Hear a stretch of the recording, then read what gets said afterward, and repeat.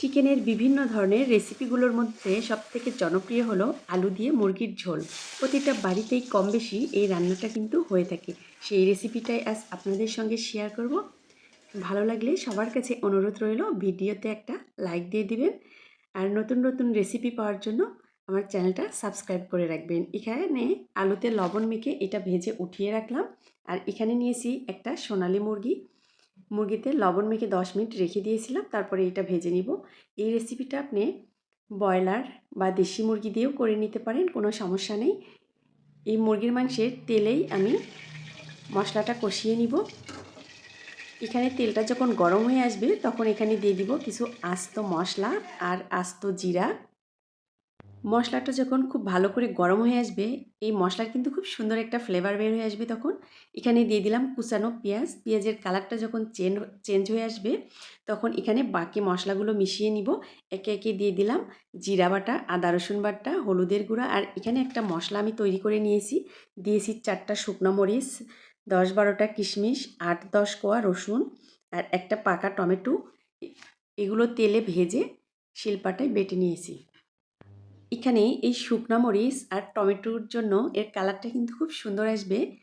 আর এই মাংসটা খেতেও কিন্তু একটু আলাদা লাগবে। এখানে ঝালের জন্য আমি আরেকটু গুঁড়ামরিচ আর একটু লবণ দিয়ে দিলাম। মাংসে যেহেতু আগে লবণ মেখে রেখেছিলাম তাই এখানে অল্প একটু লবণ দিলাম। মাংস থেকে মশলা থেকে যখন এইভাবে তেল ছেড়ে দিবে তখন এখানে মশলাটা আবারও একটু ভালো করে কষানোর জন্য দিয়ে দিব গরম পানি। এই পানিটা দিয়ে মশলাটা কিন্তু খুব ভালো করে কষিয়ে নিব। মশলা থেকে যখন এইভাবে তেল ছেড়ে দিবে তখন এখানে দিয়ে দিব ভেজে রাখা আলু আর ভেজে রাখা মাংস। দুইটাই একসঙ্গে দিয়ে খুব ভালো করে এখন মশলার সঙ্গে কিন্তু ভুনে নিব। চুলার জালটা এই পর্যায়ে মিডিয়ামে রেখে এখন আমি মাংসটা ভালো করে মিশাবো। আর মাঝে মাঝে কিন্তু এভাবে নেড়ে দিতে হবে, না হলে কিন্তু নিচে লেগে যাবে। এই মশলা থেকে যখন খুব ভালো করে তেল ছেড়ে দিবে তখন এখানে দিয়ে দিব আমি মাংস আর আলু সিদ্ধ হওয়ার জন্য গরম পানি। অবশ্যই রান্নায় গরম পানি ব্যবহার করবেন, তাহলে রান্নাটা খুব দ্রুত হবে আর রান্নার টেস্টটাও অটুট থাকবে। এই পানিটা দিয়ে আমি কিছুক্ষণ একটু রান্না করে নিব, যতক্ষণ পর্যন্ত না এই পানিটা শুকিয়ে আসে। এই মাংস থেকে যখন এরকম তেল ছেড়ে দিবে তখন এখানে আমি এখন দিয়ে দিব ঝোলের জন্য গরম পানি। এই পানিটা দিয়ে ভালো করে জাল করে নিব যতক্ষণ পর্যন্ত না এই মাংসে ভালো করে বলক উঠে আসে। নামানোর আগে দিয়ে দিব 3টা কাঁচামরিচ আর দিয়ে দিব জিরার গুঁড়া। অবশ্যই এখানে ভাজা জিরার গুঁড়া ব্যবহার করবেন, তাহলে রান্নার টেস্টটা খুব ভালো আসবে। আর কাঁচামরিচ দেওয়ার জন্য মাংসের ভিতর কাঁচামরিচের সুন্দর একটা ফ্লেভার আসবে। যারা নতুন রাঁধুনি এই রেসিপি ফলো করে একবার রান্না করে দেখতে পারেন।